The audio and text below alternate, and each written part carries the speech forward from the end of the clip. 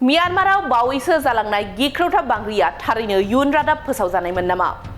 बुहुम जोबस्रांनायनि इयुन रादाबफोरनि गेजेराव बे गिख्रंथाव बांग्रियाबो मोनसे नामा? बुलगेरियानि मुंदांखा साइकोलजिस्ट बाबा वांगानि गोबां इयुन रादाबा सिगां समफोराव सैथो जाबाय। बाबा वांगानि माखासे इयुन रादाबा 2025 मायथाइयाव सैथो जागासिनो थानायखौ नुनो मोनदों। म्यानमाराव बावैसो जालांनाय गिख्रंथाव बांग्रियाव खमैबो 2000 निबो बांसिन सुबुंफोरनि जिउ खहा जाबाय। बे बावैसो जानाय जाथाया बाबा वांगानि बयनिख्रुइबो गिथावना इयुन रादाबफोरनि गेजेराव मोनसे। मुंदांखा साइकोलजिस्ट बाबा वांगाया 2025 मायथाइनि थाखाय मोनसे फोजोबस्रांग्रा बांग्रिनि इयुन रादाब होदोंमोन। बे गिख्रंथाव बांग्रिनि उनाव 2025 मायथाइनि थाखाय बाबा वांगानि इयुन रादाबा मोनसे गोदान सावरायजानाय जागायजेनदों।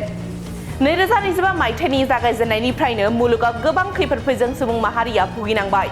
बाबा वांगाया 2025 मायथाइनि थाखाय इयुन रादाब होबावदों दि 2025 मायथाइयाव इउर'पआव मोनसे गिदिर दावहा जागोन, जाय हादरमानि सुबुं अनजिमाखौ गाज्रियै गोहोम खोख्लैगोन।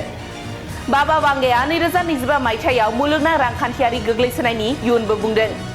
बाबा वांगानि बयनिख्रुइबो सोमोनांथावसिन इयुन रादाब होनाया बेनोदि सुबुं माहारिनि जोबस्रांनाया 2025 मायथाइयाव जागायगोन आरो मुलुगा 5079 मायथाइयाव जोबस्रांहैगोन।